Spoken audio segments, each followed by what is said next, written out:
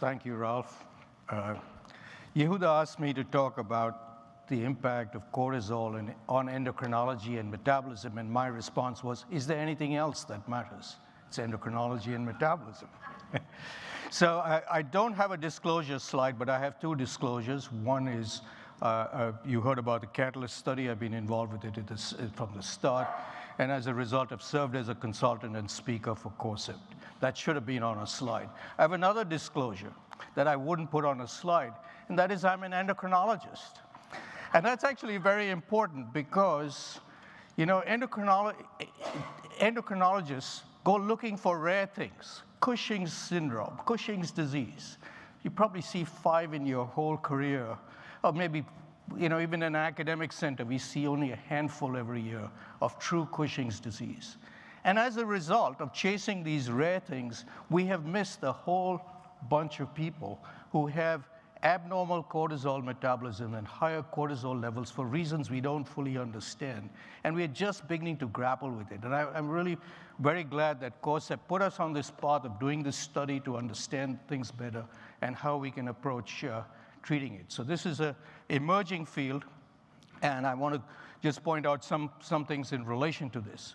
So cortisol is a very important hormone. It is essential for life. We need it. It drives a lot of physiological homeostasis, including the immune system, respiratory system, reproduction, bone, and so on. And I'm only going to focus on things like its impact on liver and adipose tissue and glucose metabolism. You'll be hearing also from Lance about bone and from Norman about the cardiovascular system and blood pressure and so on. So because of these varied effects of this hormone, when you have hypercortisolism, and this is most obvious in Cushing's syndrome, you're going to see the impact on a number of things, more infections, for example. But this is actually surprisingly not very well studied, because of the rarity of true Cushing's disease. And much of the data that I'm talking about comes from studies on Cushing's disease and not from mild hypercortisolism. I'll speak a little bit about the reproductive system and then focus on the effects on glucose metabolism. So hypercortisolism is a spectrum, and I think that's the most important thing, take-home message. You have people with florid Cushing syndrome that you all recognize. Described by Harvey Cushing, who actually wasn't an endocrinologist. He was a neurosurgeon who described transsphenoidal surgery of the pituitary. And there you have very severe, biochemically and clinically severe disease. What we are talking about is people down here who have mild biochemical abnormalities. And here it has been defined. We've looked at people who have adrenal nodules, adrenal tumors, who manage to suppress their cortisol. So we use this term for people who don't suppress as mild autonomous cortisol hyposecretion, which autonomous means you can't fully suppress it with dexamethasone. It's relatively mild, as you can see in its clinical and biochemical severity. And here is Cushing's syndrome. And yet, the clinical manifestations of MACS are actually very close to Cushing's syndrome. You're getting more CVD, as you will hear, hypertension, osteoporosis, diabetes, which is difficult to control, and metabolic syndrome. And the defining cut point is this 1.8 on dexamethasone suppression test. Now, is 1.7 mean you're completely normal, and 1.9? It's one of those things in medicine. We establish a cutoff, and this is what the current guidelines say. So you have to have a cutoff. This is where it is. We are currently looking at people a little below 1.8 to see whether they have similar abnormalities. Now, through my life, I've been looking for Cushing's syndrome in my clinic. Everybody's referred to me for weight gain and obesity, and they don't know why they gain. They said, you know, doc, I don't eat that much, but I'm gaining weight. You say, well, maybe you've got Cushing's syndrome, and all the tests I've done have been negative in the past in this population. So first of all, a myth is that hypercortisolism means obesity. And it's actually 0.9 obesity in the obese population is actually quite rare. And this is seen in most of the studies. What is clear, though, is its certain pattern of obesity, very central visceral obesity and central obesity with actual muscle wasting and thin arms and thin skin in the periphery. That's the classic feature of hypercortisolism. And you see this on CT scans of the increased adipose tissue there. One important thing about visceral obesity, the fat has an enzyme called 11-beta-hydroxysteroid dehydrogenase. And there are two isoforms. HSD1 converts the inactive cortisone to cortisol, which is active. And HSD2 does it the other way. And this keeps shuttling back and forth. And if you have more visceral obesity, you end up with more cortisol. And this is an area of, something that I would say watch this space. You're having a lot of people working in this area to see how we can regulate it and what happens in people who have central obesity. So whatever means you've got excess cortisol in the circulation, it does a number of things metabolically. It works on the liver, stimulates gluconeogenesis, various other things, increases hepatic insulin resistance, and you end up with abnormal lipid levels, but they're actually only moderately abnormal compared to most other people with diabetes. But there is an effect on the pancreas of decreasing insulin secretion, which I will come to, an effect on adipose tissue to increase lipolysis and decrease lipogenesis. You lose muscle strength, so decrease skeletal muscle, and increase appetite. So all these things together stimulate what we recognize as the metabolic syndrome. And if you start looking at people of the metabolic syndrome rather than just obesity, you're more likely to find more people with hypercortisolism. So let's look at some of these things. Type 2 diabetes and the presence of hypertension. Here's a number of studies, mostly done in Europe. Most of these studies have been done in Europe on usually small studies, and here's a meta-analysis showing that if you have type 2 diabetes and hypertension, your odds of having hypercortisolism are doubled.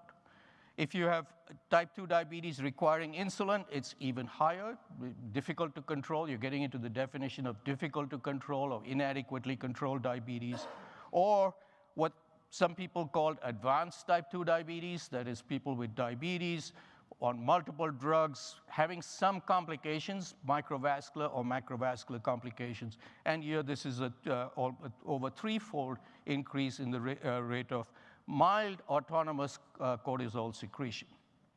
So if body weight goes up, even central body weight, what happens to people when you treat their Cushing's syndrome? And there's actually very little data in the literature because it's a rare condition. There are no randomized trials. When you get remission from the Cushing's, you lose weight.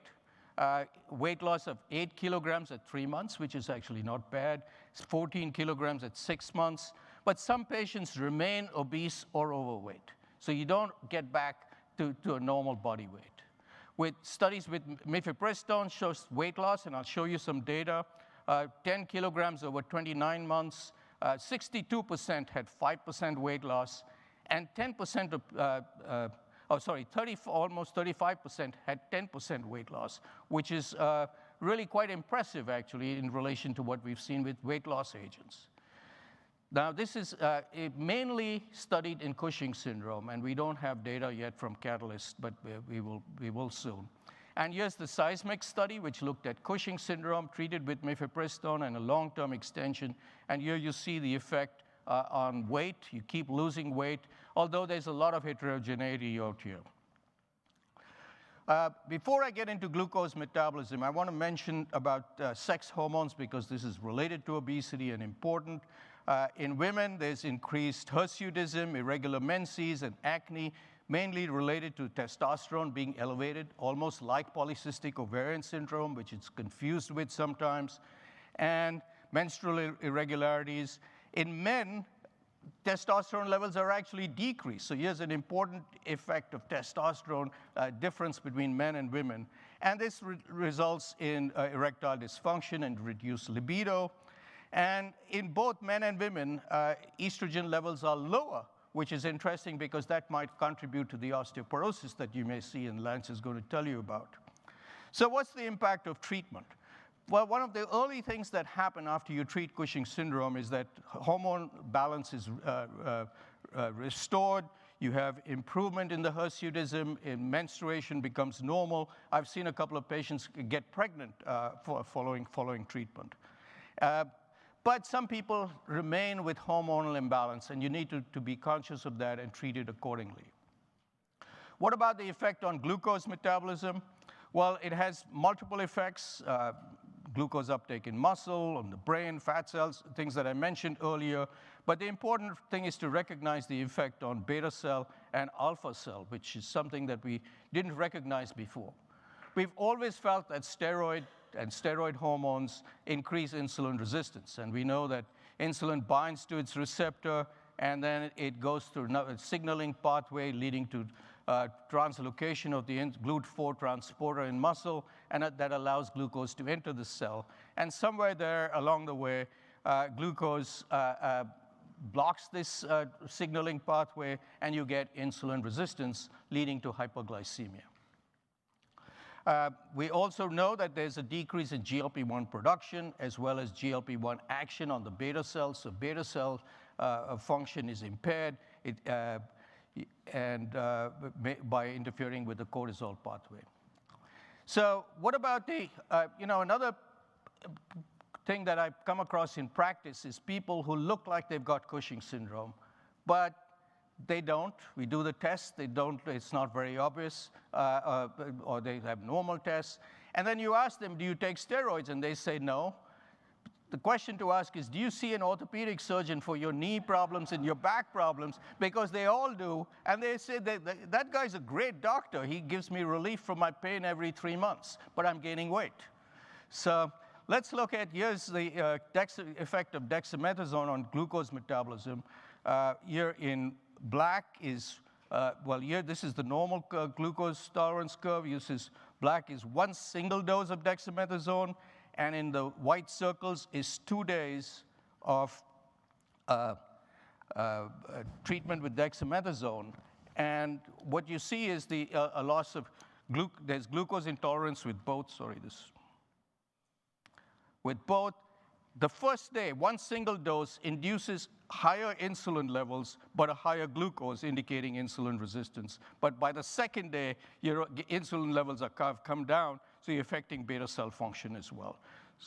So it's not surprising that you're going to get hypoglycemia with hypercortisolism. There are a number of studies looking at hypercortisolism in patients with diabetes. This is mostly from Europe. This is what has prompted us doing the Catalyst study, because all these were European studies, mainly small numbers of patients. There's no large study, and no US study been done before. And I've shown you this data before. Much of it relates to those studies I showed you previously.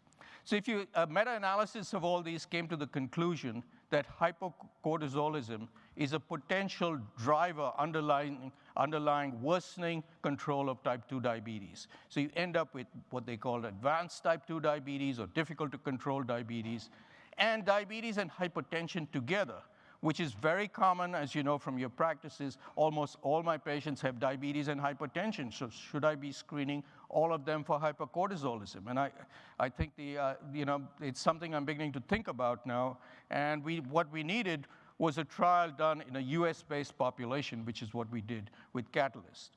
So we presented this last year at the ADA meeting. We took 1,000 patients with difficult to control diabetes. That's how it was defined. They have been taking usually 3 or more medications, or insulin plus 2 medications for their diabetes. And we did an overnight dexamethasone suppression test. We measured dexamethasone levels, which I think is actually important because it tells you that your patient is taking the dexamethasone and they've done the blood test at the appropriate time in the morning. So 24% of them had a level of cortisol above 1.8, which was really quite a big surprise to us. In fact, the mean post-dexamethasone level of cortisol was 3.5, significantly higher. And the dexamethasone level was 412. So these people clearly took their dexamethasone the previous night and came at an appropriate time. So this was a somewhat surprising finding. And what are we going to do about that? And we've presented some data. The paper has been accepted now in diabetes care.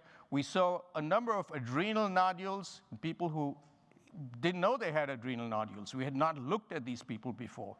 Despite the fact that many of the investigators were endocrinologists, they hadn't investigated these people for hypercortisolism.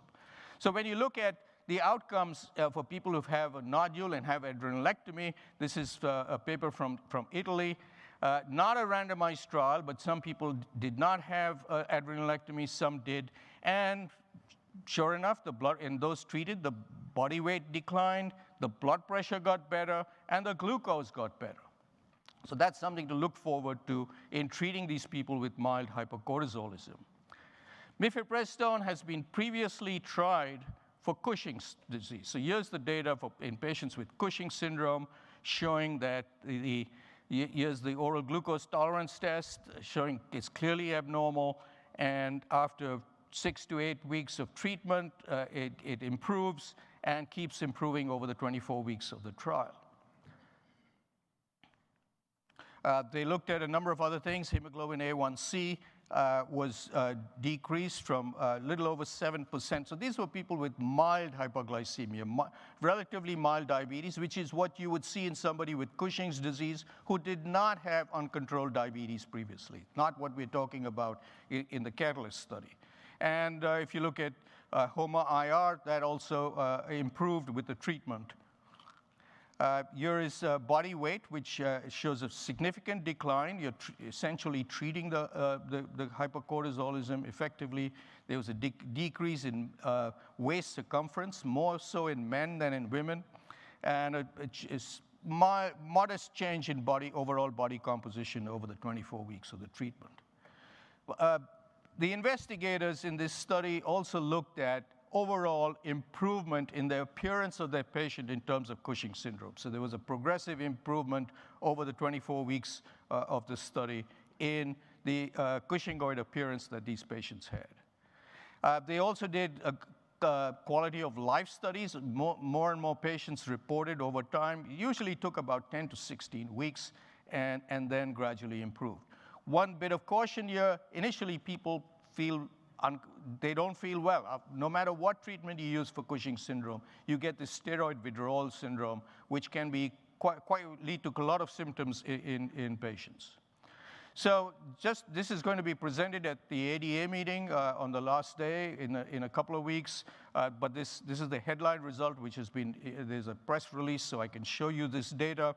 These were people who, in the Catalyst Part 1, among those 24%, those who were eligible to be treated with mifepristone were randomized 2-to-1 to mifepristone or placebo.